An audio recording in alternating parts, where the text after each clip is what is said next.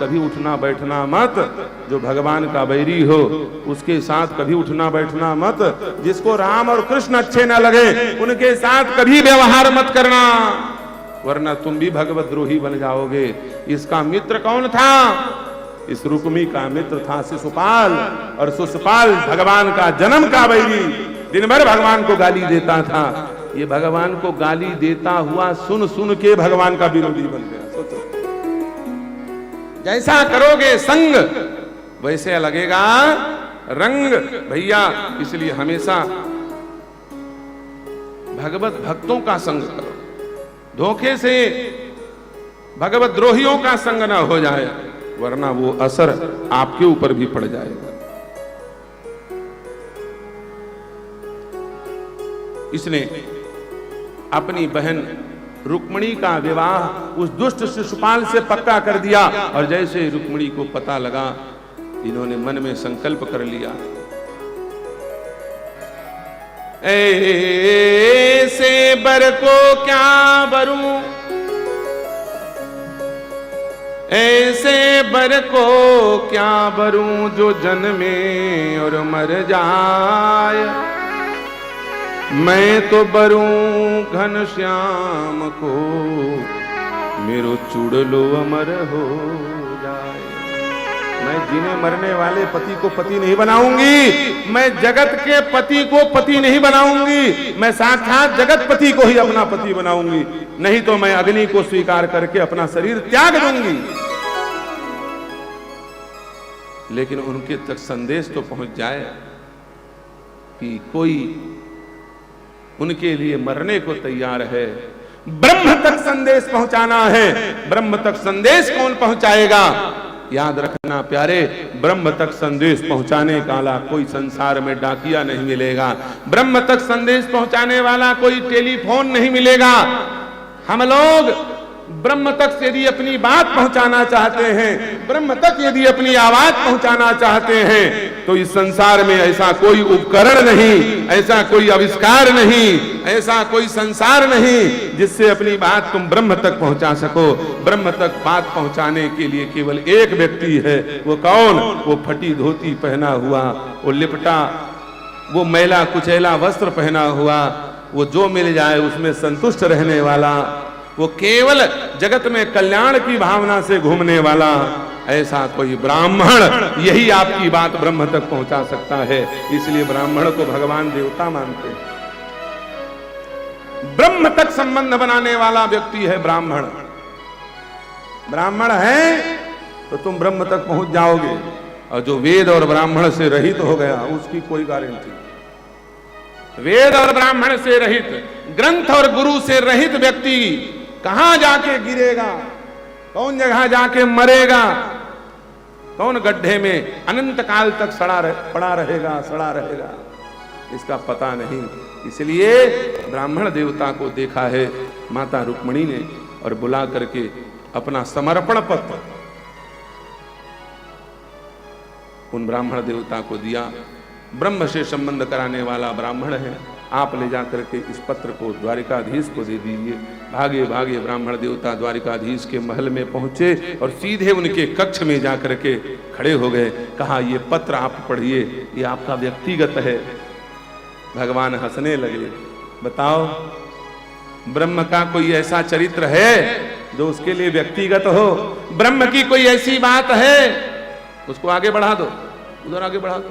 ऊपर आने वाला काम नहीं होना चाहिए, वहीं नीचे से करो जो करना। ब्रह्म की कोई ऐसी बात है जो ब्राह्मण न जाने?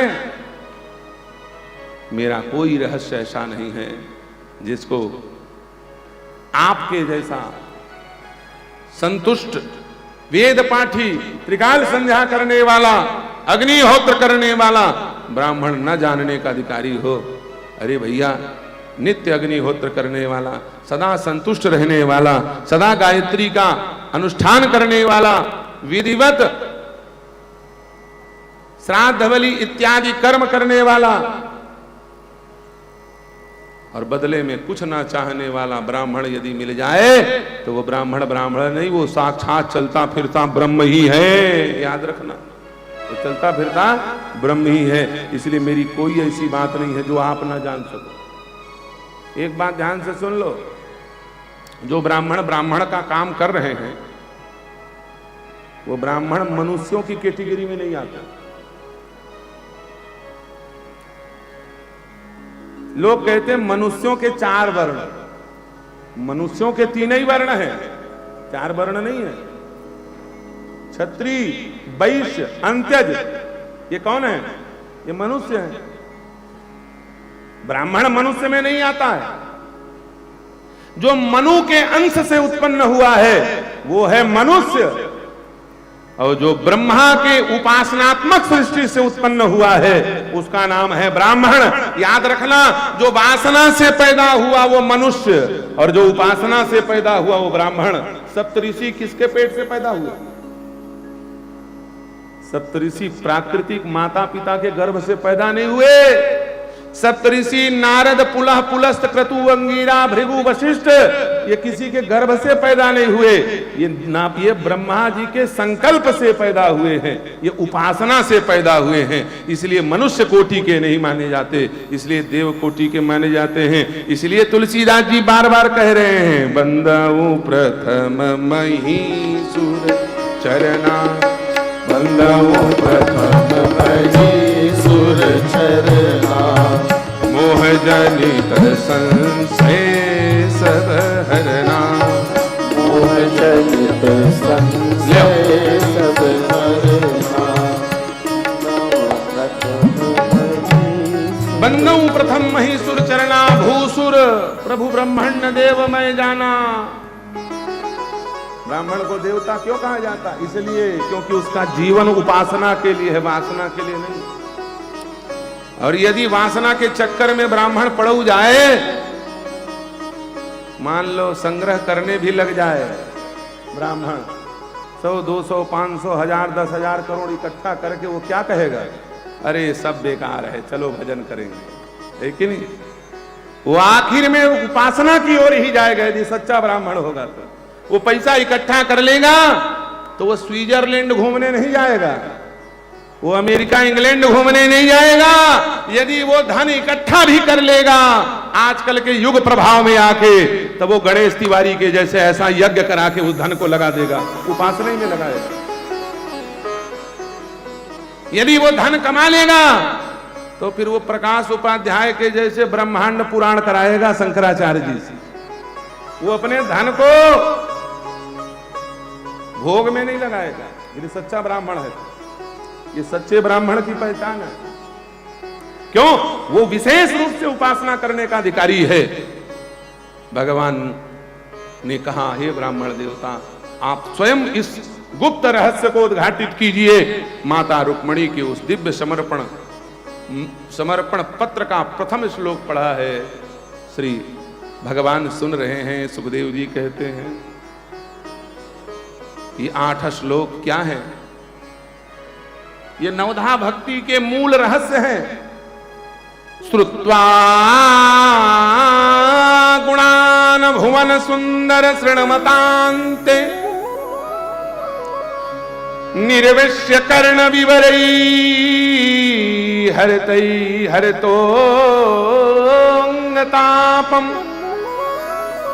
रूपम दृशाम दृशमताम अखिलार्थलाभम, त्वयि अच्युता विसति चित्रम पत्रपम।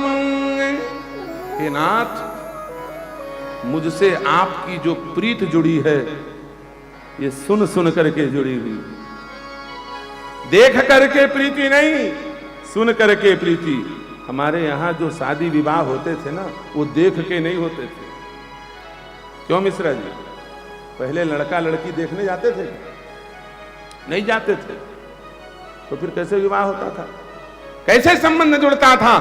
देख करके संबंध नहीं जुड़ता था, सुन करके संबंध जुड़ता था। याद रखना, जब देखोगे तो चित्र दिखाई देगा और चित्र में छलावा है, लेकिन जब सुनोगे तो चरित्र दिखाई देगा और चरित्र में कोई छलावा नहीं है। जब हम चित्र देख करके संबंध बनाते हैं तो हम धोखा खा जाते हैं, और जब हम चरित्र देख करके संबंध बनाते हैं तो धोखा नहीं खाते। इसलिए आपसे जो मेरा संबंध है वो चित्र का नहीं चरित्र का है। नाथ आप मुझे स्वीकार करो, नहीं तो मैं अपने आप को अग्नि में समाहित कर दूंगी। भगवान उसी क्षण उस ब्राह्मण देवता के साथ अपने दिव्य रथ पे रथारूढ़ होकर के तेज गति से भगे। इधर दाऊ भैया को कुछ पता ही नहीं चला और उधर भगवान कृष्ण कन्हैया पहुंच गए अपने ससुराल और जा करके माता गौरी के दिव्य मंदिर के बाहर अपना डेरा डाल दिया। ब्राह्मण देवता मुस्कुराते हुए पहुंचे। माता रुक्मिणी समझ गई काम हो गया, बड़ी प्रसन्न होकर के गौरी मंदिर में पूजन करने के लिए पहुंची हैं।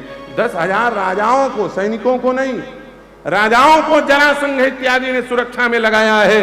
रुक्मिणी मैया जैसे पूजन करके बाहर निकली, सारे के सारे राजा अस्त्र शस्त्र लेकर के अवाक होकर के कौन क्या व्यवस्था में लगा सब भूल गए। जैसे कल प्रदीप मिश्रा जी आए, कौन क्या व्यवस्था में लगा है सब भूल गए।